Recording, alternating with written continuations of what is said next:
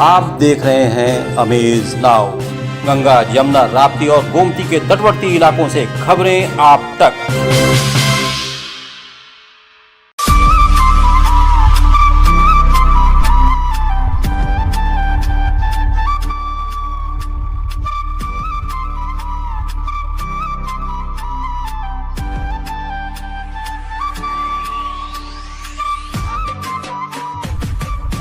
नमस्कार, मैं हूं अरविंद श्रीवास्तव। अमेज नाउ के स्पेशल रिपोर्ट में आप सभी का स्वागत है। आज की हमारी कहानी दो बिंदुओं पर फोकस्ड है। पहला तो गोरखपुर में तुलसी विवाह का प्रारंभ कब, कैसे, किन परिस्थितियों में हुआ, और दूसरा सतयुग काल की वृंदा कैसे, कब बनी तुलसी। काशी और अयोध्या के आध्यात्मिक रंगों में रंगे गोरखपुर ने जब 20वीं सदी में प्रवेश किया तो आधुनिकता ओढ़ने की चुनौती थी। फिलहाल शहर अपने आने वाली नस्लों के बीच अपनी सांस्कृतिक विरासत को खोने नहीं देना चाहता है। इसी क्रम में गोरखपुर की एक संस्था कान्हा सेवा संस्थान ने 2003 से तुलसी विवाह का आयोजन प्रारंभ किया।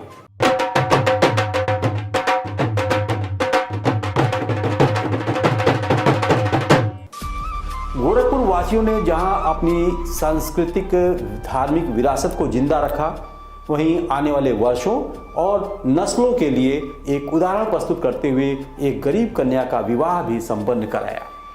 इसके सूत्रधार बने कान्हा सेवा संस्थान के प्रबंधक अनुपम कुमार।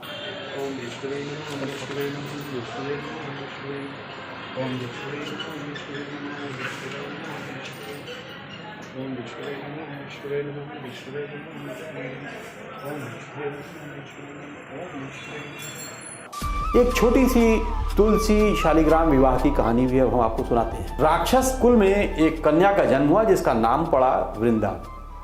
बचपन से ही भगवान विष्णु की बड़ी भक्त थी और बड़े प्रेम से भगवान की सेवा पूजा किया करती थी। जब वह बड़ी हुई तो उनका विवाह राक्षस कुल में दानव राज जलंधर से हो गया। जलंधर समुद्र से उत्पन्न हुआ था। वह बड़ा ही वीर और उतना ही दुस्साहसी था। कहा जाता है कि उसमें भगवान शिव का भी अंश था, लेकिन वह शिव का प्रबल विरोधी भी था। वृंदा बड़ी ही पतिव्रता स्त्री थी, सदा अपने पति की सेवा किया करती थी। कहा जाता है कि वृंदा को यह वरदान था कि जब तक उसे कोई अन्य पुरुष स्पर्श नहीं करता, उसके पति की मौत नहीं हो सकती। एक बार देवताओं और दानवों में युद्ध हुआ। जब जलंधर युद्ध पर जाने लगा तो वृंदा ने कहा, स्वामी, आप युद्ध पर जा रहे हैं, आप जब तक युद्ध में रहेंगे मैं पूजा पर बैठकर आपकी विजय के लिए अनुष्ठान करूंगी, और जब तक आप वापस नहीं आ जाते मैं अपना संकल्प नहीं छोड़ूंगी। युद्ध में जाते ही जलंधर ने देवताओं की सेना में तूफान मचा दिया। उसके पराक्रम और भय से देवता भागने लगे। सारे देवता जब हारने लगे तो विष्णु के पास पहुंचे। सबने भगवान विष्णु से प्रार्थना की तो भगवान ने कहा कि वृंदा तो मेरी परम भक्त है, मैं उसके साथ छल नहीं कर सकता। फिर देवता बोले, भगवान, दूसरा कोई उपाय भी तो नहीं है, अब आप ही हमारी मदद कर सकते हैं। भगवान विष्णु ने जलंधर का ही रूप रखा और वृंदा के महल में पहुंच गए। जैसे ही वृंदा ने अपने पति को देखा, वह तुरंत पूजा से उठ गई और उनके चरणों को स्पर्श किया। युद्ध में देवताओं ने जलंधर को मार गिराया और उसका सिर काटकर अलग कर दिया। जलंधर का सिर वृंदा के महल में आ गिरा। जब वृंदा ने देखा कि उसके पति का सिर कटा पड़ा है तो फिर मेरे सामने कौन खड़ा है, यह कौन है? उन्होंने पूछा, आप कौन हो जिसका स्पर्श मैंने किया? और तुरंत वृंदा बात भी समझ गई। उन्होंने विष्णु को पाषाण होने का श्राप दे दिया। सभी देवता हाहाकार करने लगे, लक्ष्मी जी भी रोने लगी। और तब सरल और कोमल हृदय वृंदा ने विष्णु को श्राप मुक्त कर दिया और अपने पति का सिर लेकर सती हो गई। उनकी राख से एक पौधा निकला। तब भगवान विष्णु ने कहा, आज से इनका नाम तुलसी है और मेरा एक रूप इस पाषाण के रूप में रहेगा, जिसे शालिग्राम के नाम से तुलसी जी के साथ ही पूजा जाएगा, और बिना तुलसी के कोई भोग मैं स्वीकार नहीं करूंगा। तभी से तुलसी जी की पूजा सभी करने लगे और तुलसी जी का विवाह शालिग्राम के साथ कार्तिक मास में किया जाने लगा। देव उठावनी एकादशी के दिन इसे तुलसी विवाह के रूप में मनाया जाता है।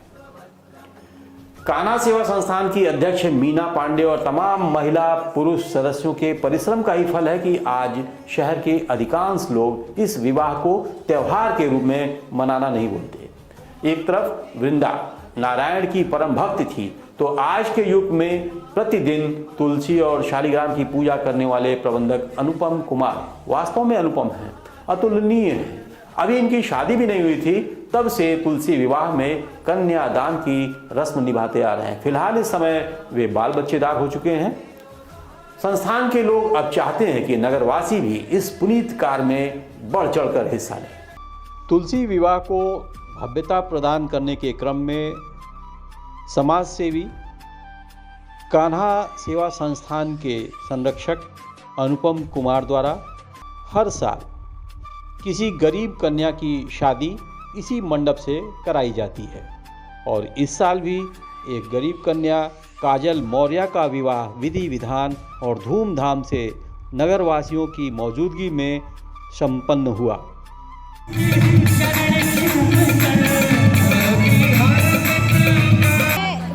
बोलना ये चाहूँगी कि ये जो युवा पीढ़ी है ये सचमुच भूलती जा रही है अपनी परंपरा को, तो यहाँ आके मुझे ये देखने को मिला कि वो अभी भी कायम है, तो आगे चलता रहे, बढ़ता रहे। हम लोग यहाँ पे आते रहे, अपनी आगे की जो पीढ़ी है वो इस परंपरा को निभाते रहे और तुलसी विवाह होता रहे। एंड हम लोग जो हमने देखा कि यहाँ पे एक लेडी का, एक बच्ची का जो विवाह कार्यक्रम यहाँ पे संपन्न किया गया, वो सबसे अच्छी बात है। बहुत अच्छा लगा यहाँ पे कि किसी का गरीब का भला हो रहा है यहाँ पे।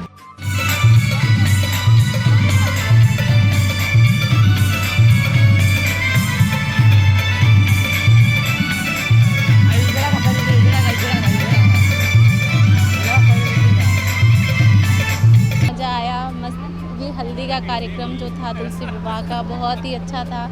मतलब हम लोग भक्ति में लीन हो करके भक्ति का भी एंजॉय कर रहे हैं, साथ में लाइव भी यहाँ पे आके एंजॉय कर रहे हैं। मतलब बहुत अच्छा लग रहा है।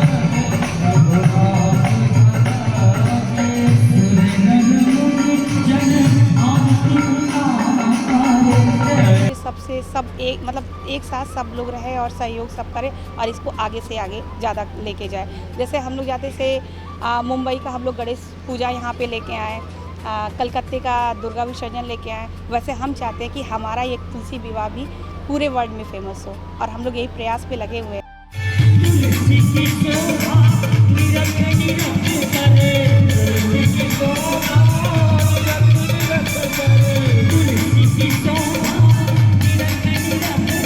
संस्कृत जो भूलता जा रहा है वही सब कार्य इसलिए भूलता जा रहा है कि जब हम लोग कोई कार्यक्रम में नहीं कोई कार्यक्रम मान लीजिए हुआ और उस कार्यक्रम में अगर हम नहीं भाग लेते हैं तो मनोबल टूट जाता है, और जब किसी का भी मनोबल टूट जाता है तो कार्यक्रम नहीं करता है। तो उस कार्यक्रम को आगे बढ़ाने के लिए हम सभी, चाहे व्यापारी हों, नेता हों, समाज सेवी हों, संगठन हो, कोई भी हो, उसको लगना पड़ेगा और अच्छे से अच्छा कार्य करना पड़ेगा। परम पूज्य महाराज जी की सरकार जब से आई है, सनातन धर्म हर एक कदम आगे ही होता जा रहा है।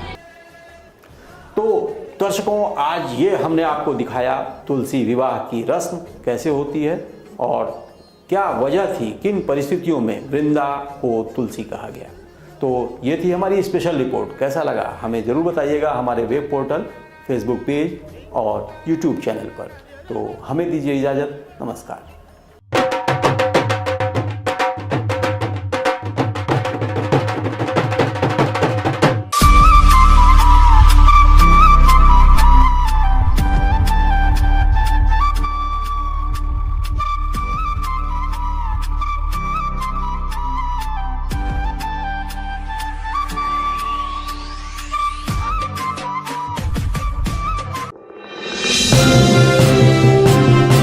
आप देख रहे हैं अमेज नाउ। गंगा, यमुना, राप्ती और गोमती के तटवर्ती इलाकों से खबरें आप तक।